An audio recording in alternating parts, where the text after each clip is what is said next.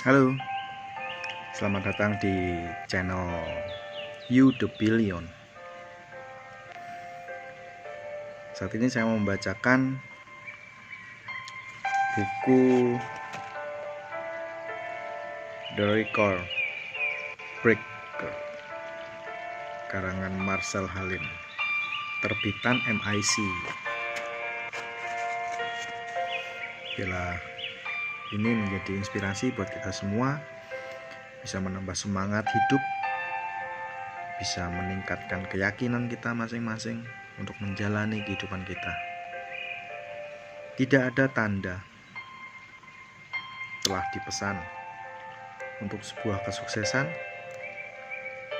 Siapapun Anda, apapun keahlian dan latar belakang Anda, gerbang kesuksesan selalu terbuka lebar untuk Anda yang memiliki impian dan mau memperjuangkannya.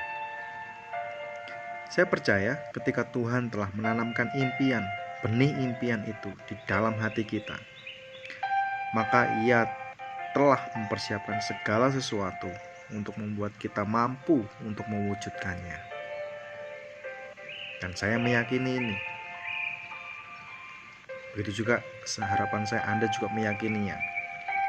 Sama seperti ketika saya mengungkapkan impian-impian saya di hadapan teman atau keluarga saya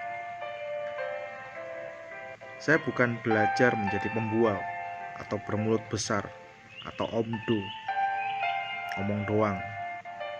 Saya sedang berdoa kepada Tuhan sebetulnya dan mengimani takdir kesuksesan saya. Saya mengembangkan bisnis pertama saya dari sebuah bibit impian kesuksesan. Bibit tersebut saya semai dan rawat dengan baik hingga tumbuh ranting-ranting kemauan yang membuat saya bergerak keluar dari zona nyaman. Seiring dengan semakin besar dan kokohnya kemauan tersebut, gerbang kesuksesan semakin tergambar jelas di mata saya. Saya berkonsentrasi penuh untuk menumbuhkan bibit impian kesuksesan saya hingga tak tergoda dengan semua hal yang menggiurkan yang bisa mengalihkan perhatian saya dari tujuan awal. Tekad saya begitu kuat dan tak tergoyahkan. Ketika saya letih, dan hampir putus asa, saya mengingat masa-masa sulit saya dan membayangkan kehidupan luar biasa yang akan saya dapatkan ketika sukses nanti. Dan saya pun kembali bersemangat. Bayangan akan kesuksesan yang sangat membahagiakan kedua orang tua dan semua orang yang saya sayangi, saya cintai, benar-benar memompa adrenalin saya. Merekalah yang membuat tekad saya begitu membara. Semua doa dan harapan mereka seolah menjadi sebuah bola salju yang menggelinding di belakang saya, membuat saya terus bergerak cepat untuk mewujudkan semua impian-impian dan keinginan saya. Hingga suatu saat nanti, ketika bibit impian kesuksesan yang saya tanam berbuah lebat, terbayarlah sudah semua kerja keras saya. Dan tidak ada satu kata pun yang mampu melukiskan kebahagiaan yang saya rasakan.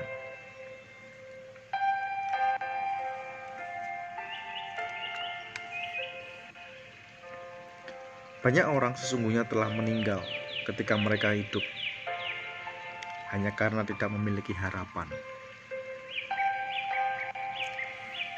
Jadi pentingnya harapan menjadi bahan bakar untuk kita terus melangkah maju.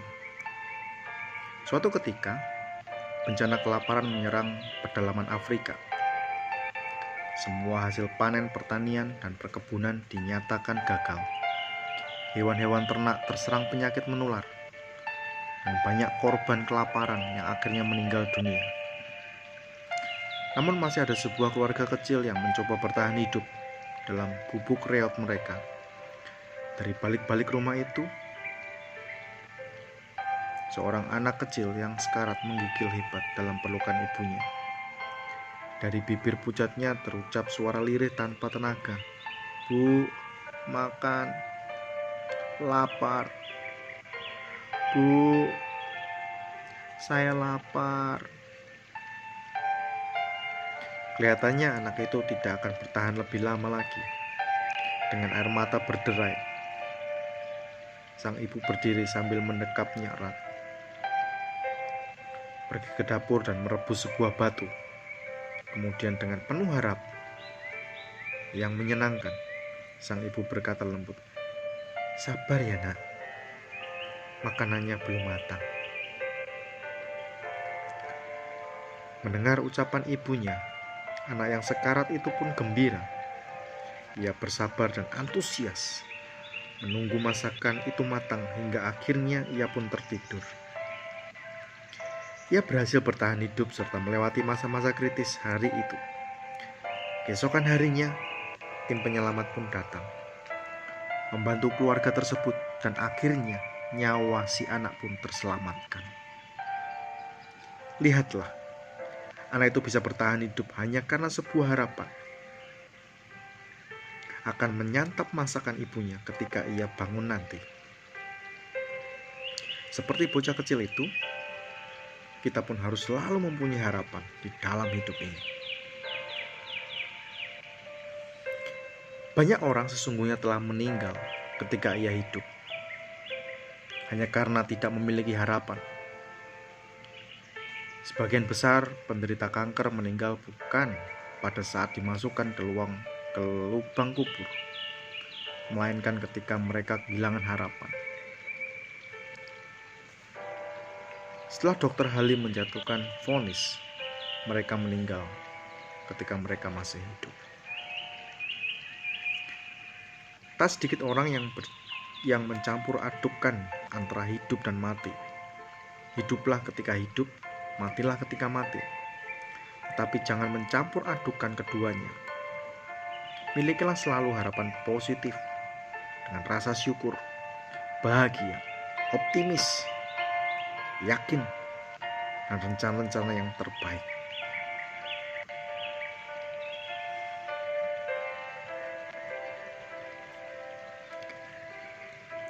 Kelahiran jagonya ayam. Di usia pensiun pun banyak orang kehilangan gairah hidup. Bukan akibat bertambahnya usia ataupun lemahnya fisik, melainkan karena harapan mereka musnah. Namun ada seorang pensiunan yang berbeda. Ia memahami perbedaan antara hidup dan mati. Di usia 62 tahun ia berani memulai usahanya sendiri, menjual rumahnya, serta menggunakan sisa uang pensiunannya untuk berkeliling dari kota ke kota demi menawarkan sebuah resep ayam goreng. Dan saya percaya Anda tahu siapa orang itu.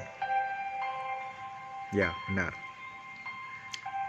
Tanpa mempedulikan tubuhnya yang sudah renta atau usianya yang sudah senja, ia tetap berjuang walaupun 1009 restoran telah menolaknya. Lalu apa yang terjadi? Berkat harapannya yang kuat, akhirnya restoran ke 1010 menerima resepnya. Itulah titik awal dari restoran waralaba, Kentucky Fried Chicken, yang sekarang tersebar di seantero dunia. Siapa yang tidak kenal? Hampir semua orang tahu. Pensiunan bernama Harlan Sanders itu baru benar-benar mengukir namanya di batu nisan dan menyatu dengan tanah pada usia 90 tahun. Wow. Namun berkat harapannya yang begitu kuat, nama dan perjuangannya menginspirasi banyak orang, sehingga sampai saat ini bisnisnya semakin hidup dan menggurita.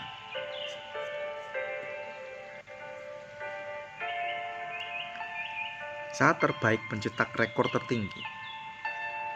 Saya pernah mendengar adanya sejenis burung Raja Wali yang memiliki tingkah laku unik sebelum mati. Ketika menyadari hidupnya tidak lama lagi akan berakhir, seekor burung Raja Wali akan terbang ke arah matahari dengan sekuat tenaga, lebih tinggi dari rekor yang pernah ia capai semasa hidupnya. Setelah itu, ia turun menuju ke sebuah bukit, tidur sambil menutup wajahnya dengan kedua sayapnya, kemudian mati dalam damai.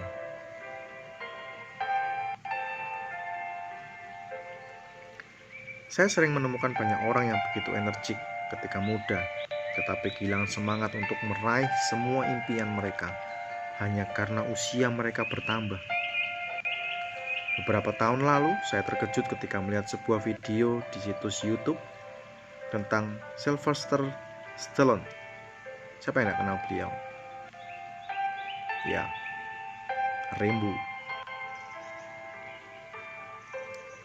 Saat itu beliau berusia 62 tahun, sangat bersemangat melatih otot-ototnya untuk mempersiapkan film impian terbarunya.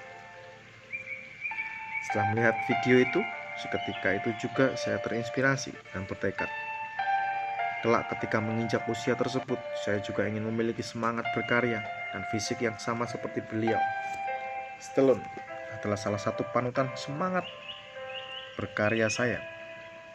Semakin berumur, karir beliau justru semakin menanjak, sama seperti Raja Wali yang mencapai performa dan rekor puncaknya ketika ajal hampir menjemputnya. Saya memiliki seorang sepupu yang gagap. Ketika kecil, karena setiap pulang sekolah selalu bermain dengannya, saya pun gemar menirukan gaya gagapnya. Hal itu berlangsung cukup lama sehingga menjadi kebiasaan. Ketika papa saya memanggil, terkadang saya keceplosan menjawab panggilan beliau dengan gaya gagap. Suatu hari, papa menegur dan menanyakan mengapa saya berbicara dengan gaya seperti itu. Saat itu saya membela diri dengan mengatakan bahwa saya hanyalah bergurau. Tapi papa memberikan peringatan keras. Papa akan marah besar jika saya mengulanginya lagi. Namun saya tetap bersikeras dengan mempertanyakan mengapa sepupu saya boleh melakukannya, sedangkan saya tidak. Papa saya dengan bijak bertanya, apakah kau mau seperti dia? Apakah itu tindakan yang benar? Saya pun menjawab, saya tidak mau menjadi gagap sesungguhnya, dan hal itu tidak benar. Saya memiliki panutan untuk berpura-pura gagap, sehingga saya merasa nyaman dan akhirnya menirukan tingkah laku dan kebiasaan itu. Namun, untunglah saya menyadari tentang pentingnya memilih panutan di dalam hidup ini. Jika saat itu saya tetap meneruskannya, maka kemungkinan besar saya akan bernasib sama seperti seorang teman saya yang gagap sungguhan, karena terlalu sering menirukan gaya bicara teman sebangkunya yang gagap. Bila Anda melihat seorang remaja berponi seperti Justin Bieber, tanpa disadari, tentulah panutan gaya rambutnya terinspirasi dari Justin Bieber. Bila Anda melihat seorang teman yang suka bertengkar, bisa jadi referensinya adalah aktor-aktor laga dalam drama televisi. Bijaklah memilih panutan hidup. Mungkin setiap pribadi yang ada kagumi tidaklah sempurna, karena memang tidak ada manusia yang sempurna kecuali Tuhan. Tetapi ambil dan kombinasikanlah sisi positif yang dimiliki panutan kita. Ambillah keberanian inovasi yang dilakukan Bruce Lee. Pada era Bruce Lee dulu, menggabungkan seluruh ilmu bela diri menjadi satu sangat diharamkan. Namun dengan berani Bruce Lee menjadi orang pertama yang menggabungkan semua teknik bela diri yang efektif, membuang yang kurang bermanfaat, dan saat ini ia dikenal sebagai bapak penggabungan seni bela diri.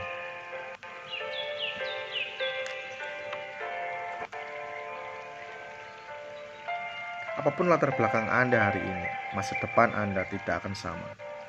Baik Anda tengah terpuruk, mengalami titik terendah dalam hidup Anda, mengalami kegagalan di berbagai bidang kehidupan Anda, keadaan ekonomi yang buruk, hubungan yang gagal, status sosial yang dipandang sebelah mata, pendidikan rendah, ataupun kesehatan dan fisik yang buruk, tetaplah optimis.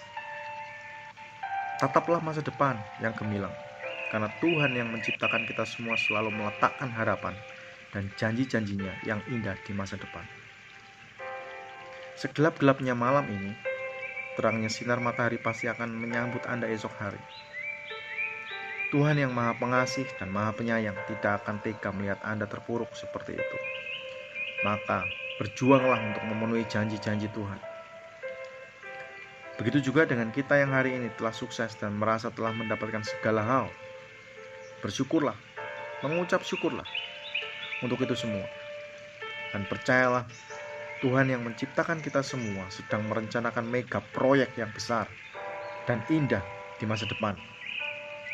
Tetaplah berharap dan jangan cepat berpuas diri. Apapun yang kita capai hari ini masih belum ada apa-apanya dibandingkan dengan janji yang Tuhan berikan pada kita. Tuhan tidak pernah meletakkan janjinya di masa lalu. Janji-janji itu selalu ada di masa depan. Orang yang tidak cepat puas adalah orang yang mempercayai janji-janjinya.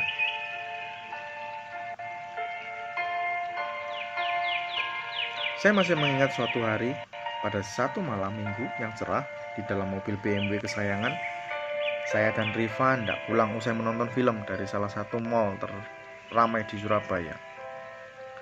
Baru saja kami keluar dari tempat parkir, handphone Riva berbunyi dan ia pun segera menjawab panggilan itu.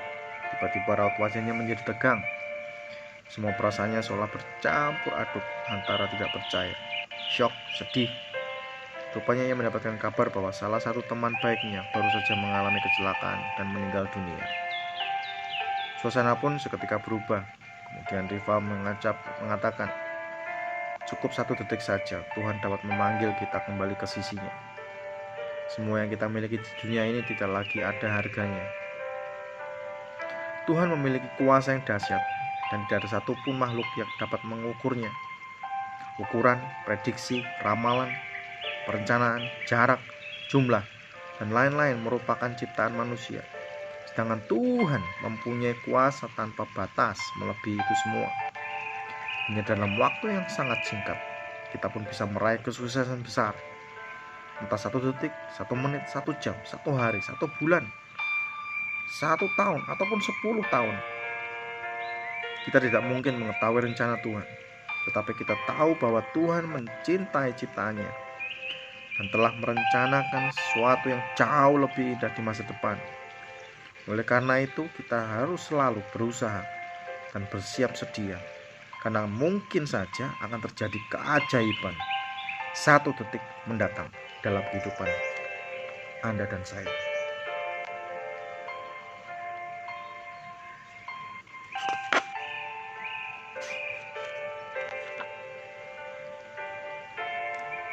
Terima kasih. Sampai di sini untuk sesi kali ini. Ikuti terus channel You The Billion yang akan menginspirasi, yang memberi kekuatan, yang memberi pencerahan, yang memberi pembelajaran dalam kehidupan Anda semua. Jangan lupa like, komen, dan subscribe untuk terus mengikuti pembelajaran setiap harinya. Sukses buat Anda semua, sehat selalu. God bless you.